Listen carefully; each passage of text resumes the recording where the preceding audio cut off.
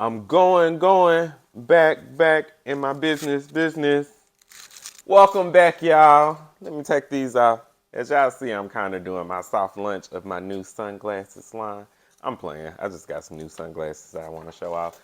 You know, if I need to buy them wholesale, let me know. Let me know, cause shoot, they fine. Look,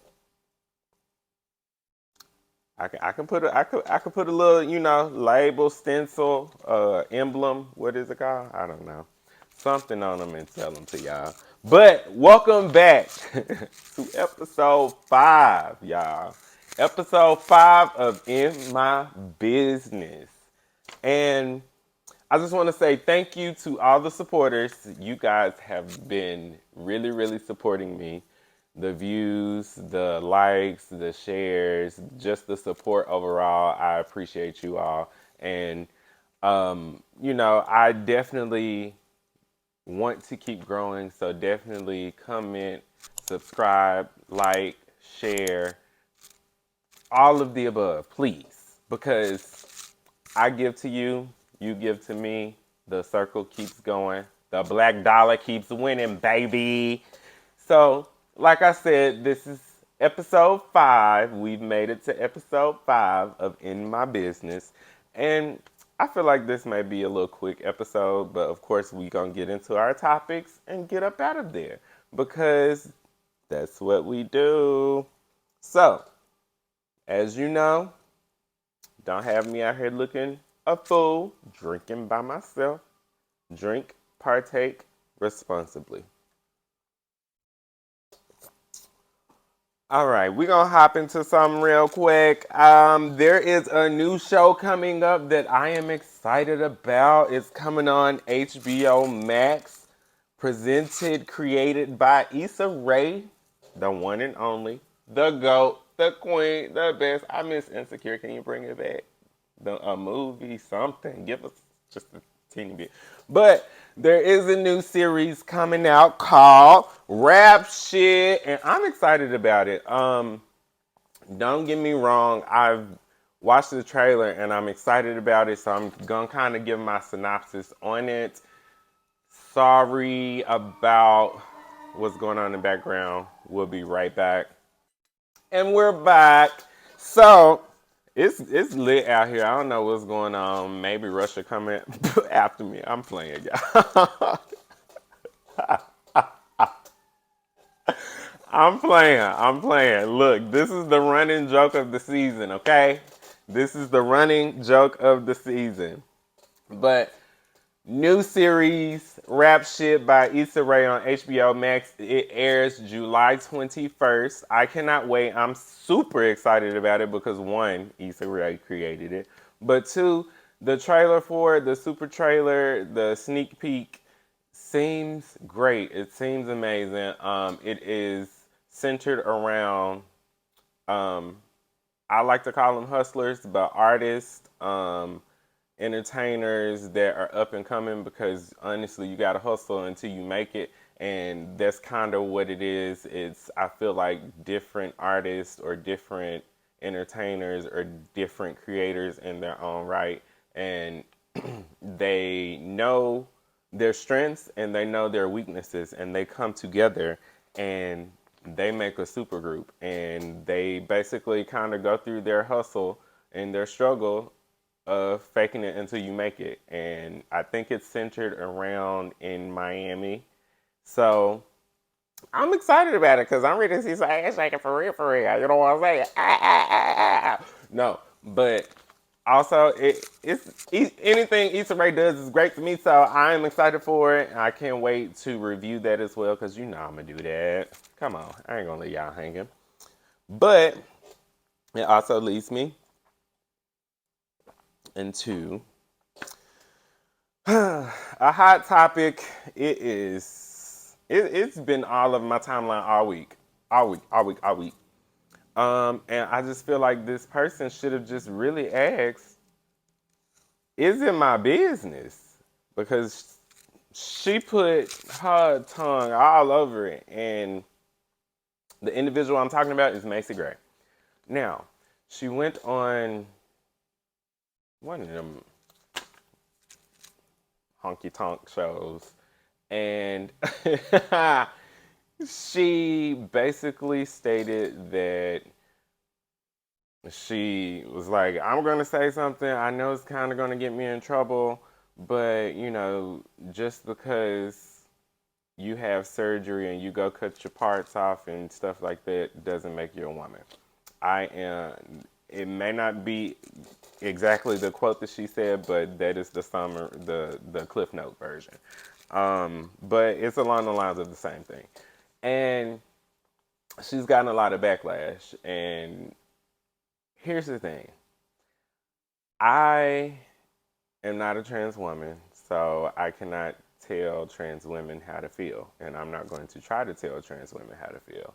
However, I do feel like it is a sensitive topic, and Macy Gray knew that. That's why she stated, I'm going to get in trouble, and she still proceeded to approach it in the way that she chose to approach it. Now, the thing about it is, y'all give, like, everybody is entitled to their opinion. Not everybody is entitled to have power over you with their opinion. Why are y'all letting everybody have power over you with simply their opinion? It's like an asshole. Everybody has one, literally. So it's like, I get that she has this platform and she's, a celebrity and fame, but not everybody uses their platform to educate people. You have natural stars that literally fame and celebrity and, all of that kind of falls right into their lap.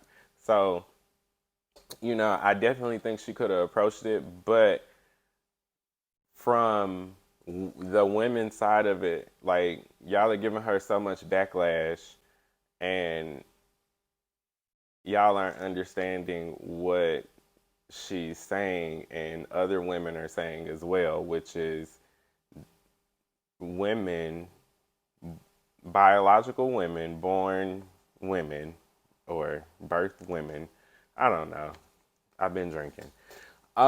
They feel like that trans women are basically trying to erase their existence. And we have to hear them. We have to understand how they feel and empathize with how they feel as well, because they have valid points, feelings, experiences to feel that way. And we can't just brush them to the side. But, when it comes to public platforms, I feel like we are so quick to point out what other people aren't. Well, you not this, or you not that, or you not this. You ain't great enough to do this. You ain't pretty enough to do this. You not this. You ain't a real woman. You ain't a real man. Like, how come we can't just say, you know,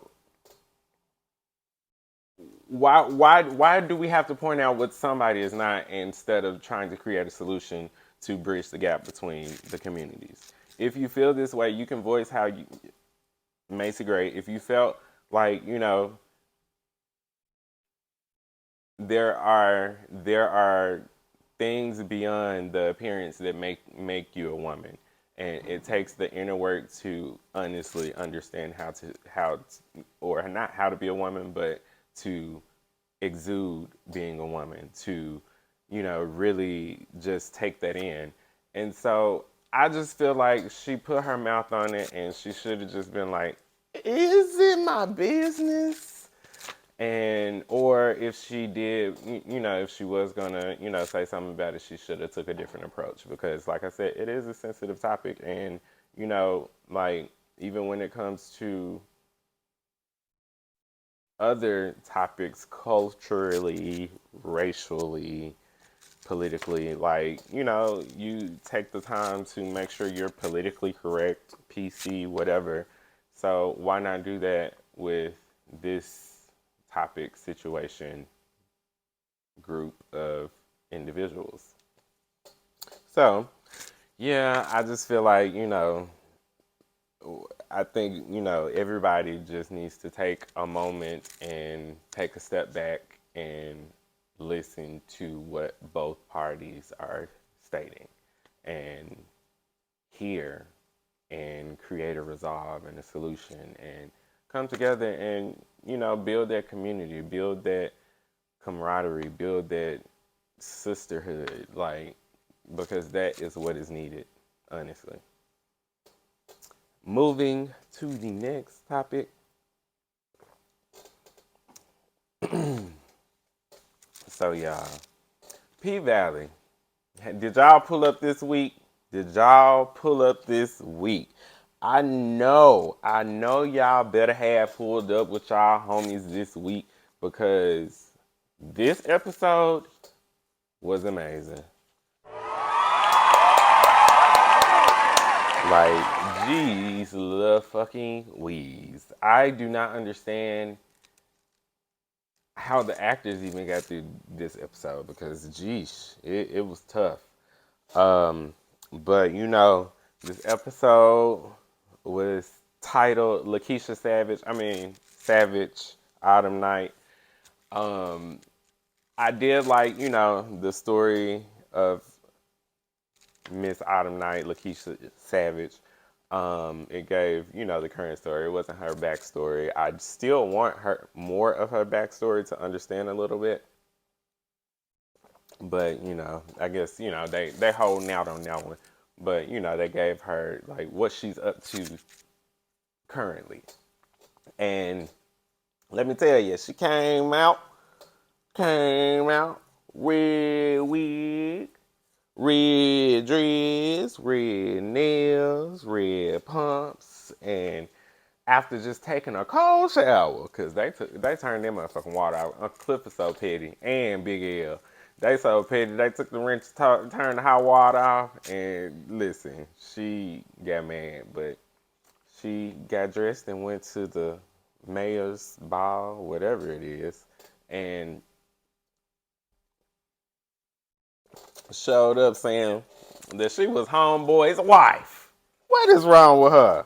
She is nuts. I really don't have time because there is some crazy shit. She knew what he was going through and that they separated, and she still did that. I would have put her out on sight. No lies detected. But she was looking like, the Chuckalisa Jessica Rabbit. I'm lying. Oh, let me rewind a little bit. This scene started off. Everybody got their wish. Big Bone and Diamond. Let me tell y'all, this scene, that's how she got pregnant in real life. Because after that, I'm sure that chemistry, look, I don't know. It was everything I needed. I don't know if it was everything y'all needed, but it was everything I needed in that time. And that's how this episode started out. Savage. Getting it in. Big Bone and Diamond. So, I can't wait to see what that baby look like. I feel like it's going to be pretty. Is she going to get pregnant on the show? What y'all think? Y'all think she's going to be pregnant on the show? We're going to figure it out. But, back to Autumn Night, Lakeisha Savage. Yeah, she came and crashed the party, and she do. That's why I feel like they keep her around, because although she a stripper, she got a real cutthroat business sense, and she ready to cut anybody off. Uncle Cliff in the paint too. Don't get that twisted. So when she go into them deals, she go in and she handle business, and after this, she wanted a little piece of her pie and showed up at the young mayor house, surprised him, started him. Listen, this how you know it ain't the South, or I ain't saying it ain't the South. It's TV South. It's because that motherfucker show up at my folks' house after they came back and not expecting nobody to be in the house. Her head would have been blew off in 0.2 seconds. She wouldn't have stood a chance. But it's TV, so they let her live. I appreciate that. And then she was ready to get it on. She was ready to do the nasty. And I guess, she wants to role play Lil Massa. She take the commands from him and he tell her what to do. And he said, crawl. She said, crawl? Oh, okay, let me get in character. I would have said the same thing, but I also wouldn't have cried because I wouldn't have been able to get back up. My knees are bad. My knees are that of a 73-year-old. So, yeah, there's no chance of that happening. But I did like, the coverage they gave of Savage, Lakeisha Savage. But I like the round the way coverage they gave of everybody. I got to see everybody this episode. So, you know, Keyshawn. I didn't know what was gonna happen after last episode. I thought we was gonna have a burnt out face. I thought we was gonna ooh, jeesh. I don't even know. But I'm glad that didn't happen, girl. I'm glad that didn't happen because you so pretty. And I'm just hating that you in this situation. I just wish you would have let Diamond handle it. Now you feel like you gotta handle it, and you can't handle it. You should have just let Diamond handle it. You should have, just, God damn it, let Diamond handle it. It could have been two bodies buried that night, and boom, just cover it up. But no. You want to be in love.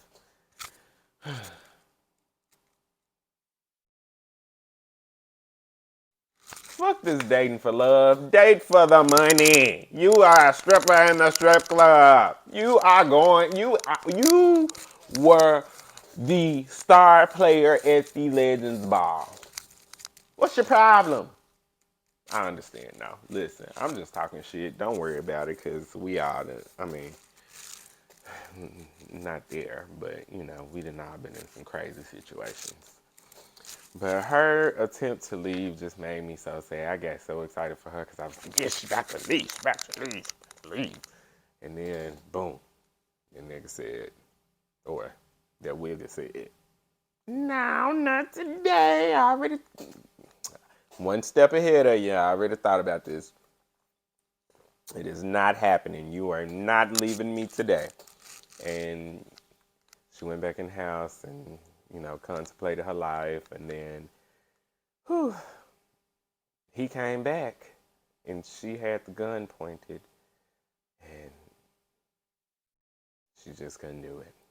I'm just so sad. So listen, don't Uncle Clifford, I thought Uncle Clifford was going to be the white knight this episode. Well, the black knight, I'm sorry. I thought Uncle Clifford was going to be the black knight this episode. And come and save Keyshawn, Miss Mississippi. But because I feel like he got a rule number 1,400,979,9999. Text 1234 to this number, and this means you in domestic abuse, and we'll come and get you, bitch. Like, I feel like there's a rule in the Clifford rule book. And so I feel like once she saw the card, she needed that number. She needed the number. I just need them to make up. That's all. So don't save her. She don't wanna be saved. Don't say I wanna be saved. Miss Mississippi, I want you to get it together. And them kids, don't let him do nothing to them kids. They so pretty. They pretty and precious and innocent and they didn't ask to be here. Don't let him do that. I'm telling y'all, this episode is really good and really heavy. I'm sorry. I'm trying to bring the comedic relief when I can, but it's really heavy. And so,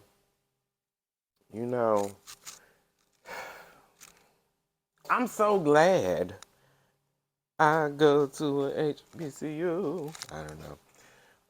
I'm so glad that, I got to see more of everybody this episode, and I got to see the best glam in the South. Grandma understand. Y'all, this is the time for the sick and shut-in list right now, and we putting Grandma Ernestine on the sick and shut-in list because I know she got the vid. Based on her symptoms that visually witnessed. I know that she got the vid, y'all, and we just need to come together and send up a prayer for our sister, motherboard, glam team Ernestine. Because I can't, I need her to stay on the show, P Valley. That's my girl. And I don't know what I'm gonna do without her. She gonna have to make it. She gotta beat this. She gonna beat this, y'all. That girl, I forgot. Toy from the pink gave her the vid. Rona came fast. She was sweating like a hoe in church. That's what Uncle Cliff say. I said it. But yeah, she got the vid. But yeah, I've been putting this off until last. Y'all know. Listen, Big Teak,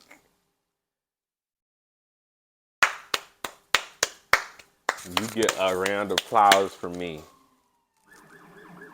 I told y'all, it be a lot going on. Big Teak, you get a round of applause from me, brother. You did an amazing job.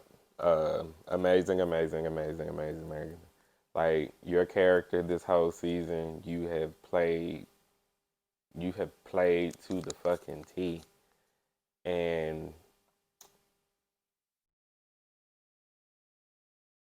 Big Teak and Lil Murder. Oh geez, this was a tough episode. This was a tough episode. But let me tell you something. When he was in that chair getting his hair burnt off, um, and he got done, and the barber said, "Boy, you look casket shot." I knew then. I just knew then. I knew it. I knew it. I knew it because it was just like, of course, it's TV, so it's foreshadowing. But it's just like, this nigga has been off the rails since he has got out. And it's just like, one thing people don't understand is that, like, when you go get incarcerated, it don't matter if it's for an hour or 83 million years. It changes you. It changes you. And either when you come out, you feel like don't nobody care enough, or don't know, ain't nobody considering it, or you feel like the world and just moved on without you. And those are things that he has expressed in the episode and throughout the season. But it gave a little backstory of him as well, and he went to face, I guess, his childhood traumas, and it was really tough to watch. It was great TV.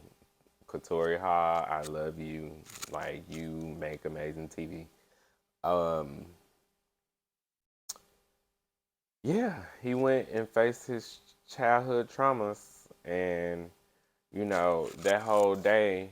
Lil Murda had celebrated him and got him a new car, and that whole day he was trying to get rid of Lil Murda. He was trying to drop his little ass off somewhere, and I just felt like Lil Murda felt it, and you know, um, he was like, "Nah, I'm hanging with you all day. I'm with you." And like, sometimes people need that, but like, sometimes people don't want that. Sometimes people don't need that. So it's just tough. It's a tough situation to be in on both ends, the friend and the individual that's going through it. Um, or not friend, but lover, or in the individual going through it. So it is tough. But the final scene, they have went out to the lake, and was just chilling, and then once again Big T was trying to drop Lil Murda off, and Lil Murda was like, "Nah, I'm chilling with you." Like, he had attempted to take Big T out on a date earlier at the Hot Wing Shack, and Big Teak was giving him the cold shoulder. Maybe he thought it was because of Uncle Clifford, but Big Teak had other plans in mind. He had other plans in mind. So they at the lake, the river, whatever. Hey, time out. Was this the same lake, river that he took Uncle Clifford to? Hey, man, that's messed up. Pick a new place. I'm sorry, this is where my mind be going sometimes. I know it's a heavy topic, but I'm crazy. Anywho, um, yeah, so they at the river, the lake, and Big Teak trying to get rid of Lil Murder. And Lil Murder like, nah, bro, I'm staying with you. Like, what you got to do? What you trying to drive? Why you trying to drive me out, man? And he brought out the gun, put it up to his own head. Big Teak brought out the gun and put it to his own head. It's just like, get out the motherfucking car. Again, get out the car. And it just, it was a really emotional scene. And, Lil Marty was like, bro, we got things to do. We got houses to buy, children to have, goals to meet. We got life to live. And, Big Teak feel like, life's just moving without him. And Lil Murder don't want this. He don't want it. He don't want his friend, his baby, his first love to leave this world, and he don't want his friend to leave this world either. He's like, we going on dirty dozen to tomorrow. Like, we got shit to do, man, and I ain't going nowhere. I'm here for you. Like, come on, man, pull this shit together. Da da da da da. And Big Tick like, nah, man, like, fuck this shit. Like, fuck this shit. I'm ready to go. And they in the car. And he pulled that motherfucking trigger. Jeez Louise. I cannot imagine. It's tough because, like, I'm going through some things, not like with me, but with other people in my life. And people be going to dark places, and although you can try and be there for them, like, you know, um, you can't save them. Like, they have to save themselves. They have to want to be here. You can only help them. You can only assist. You know, um, it's it's tough, and it's it was a great scene, but Lil Murder got out the car and he was traumatized. He was traumatized, and I don't know how he got back to um, Grandma Ernestine and Uncle Clifford house, but I think because I'm for sure he didn't drive because Big Teak was in that driver's seat, and I know he didn't get back in that car, but I'm assuming he walked all the way back to the only place he felt safe, which was Uncle Clifford. And he was knocking on the door, and Grandma Ernestine came to the door. Like, Daddy, is that you? Because she hallucinating. Oh, she hallucinating and got a fever and sweating bullets and all this. And it was Lil Murder at the door with blood all over his white Gucci suit. He like, Clifford here. Like, and Cliff comes to the door, just like, all of them gonna get Rona. All of them. But when he said, I'm not good, y'all be knowing what y'all doing. That got me. That got me, brother. That got me. And sometimes you just gotta swallow your pride and ego and let people know when you're not good. And you gotta swallow your pride and ego and let people be there for you when you're not good. You got to swallow your pride and ego and not, because when you're not good, sometimes you can be a bitch to other people and not even know it. So you have to swallow your pride and ego and your bitchiness to allow people to be there, to allow people to want to be there for you. And I get that, like, fuck this. I don't care. I don't give a fuck. Da da da da da da da. That's kind of like the world that we live in. But like, it's like, yeah, when you leave here and you choose to leave here that way, and things like that, like, it's like, I get that it's kind of like selfish, but it's like, it's a domino effect of people like behind you, whether you know that you're directly affecting or not. And it's like, that could be the trigger to cause somebody else to go into this dark place. And it's just like, I get that, you supposed to care about your feelings, but like, this has to do with your life, and people care about you, and people love you, and people want to see you win and want to see you here, and like, want to talk to you and want to be there for you. Like, people want to love you and want to love on you. You just gotta allow them to be there. And so, episode Savage, well done, guys. Well fucking done. Well done. Because y'all had a young nigga crying. No, I'm playing. I mean, look, y'all had me touched. I was touched. But I am sad to report that this week, this coming Sunday, we are not getting the episode. They are taking a break.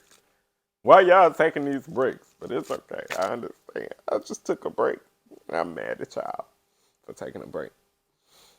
But we are not getting the episode of P Valley. I think it comes on the following Sunday. So, if you haven't watched P Valley, go ahead and catch up on it. So, you can get caught up and you can pull up in your drop top with me. And we can talk about it, because we got to discuss some things. We got to review it. We got to give, the Black creators their love, give them their flowers while they're here, because they do deserve it. So, that's all I got for y'all today. I know I couldn't just end up out of it, so smoothly. But, I say this at the end of every episode. I also feel like Macy Grace should have taken this advice before you speak on somebody or you speak on somebody's business. Ask yourself, is it my business? And y'all, this is episode 5. Please like, comment, subscribe, share. Text it to your friends, put it in your group thread, watch it while you showering, cooking. It don't matter. I created in my business to give y'all something great to watch all the way around. Send out positivity, light, and love into the world. And, just to kind of give y'all a preview into this little mind of mine, just a little bit. And so until next time, this is episode 5 of In My Business. And don't forget to ask yourself, is it my business too? This is Jase, and I'm out.